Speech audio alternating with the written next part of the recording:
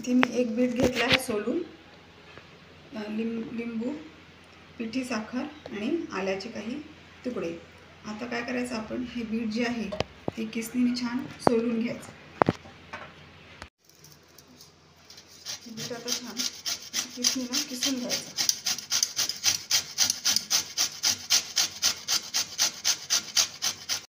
आता हे बीट छान आपण किसून घेतलं आहे। आता हा किस हे मिक्सरच्या पॉटमध्ये टाकायचा।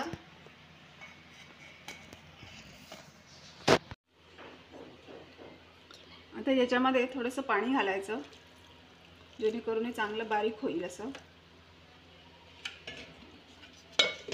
आणि हे चांगलं फिरवून घ्यायचं।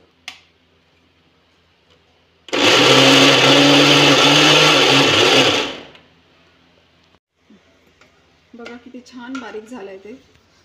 जर बारीक नाही झालं जास्त तर कीस गाळून सुद्धा आपण त्याचं ज्यूस करू शकतो, पण आता हे बारीक झाल्यामुळे हे गाळण्याची काही गरज नाही आहे।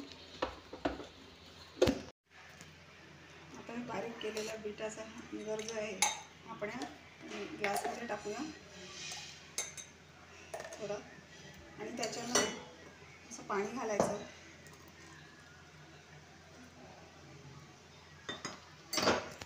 ही पिठी साखर टाकायची। जर तुमच्याकडे पिठी साखर अवेलेबल नसेल तर तुम्ही साधी साखर सुद्धा टाकू शकतो, जेव्हा आपण बीट मिक्सरमधून काढतो तेव्हा।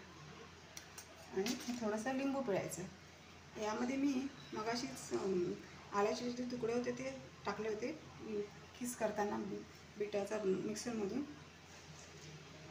आणि हे चांगलं फिरवून घ्यायचं।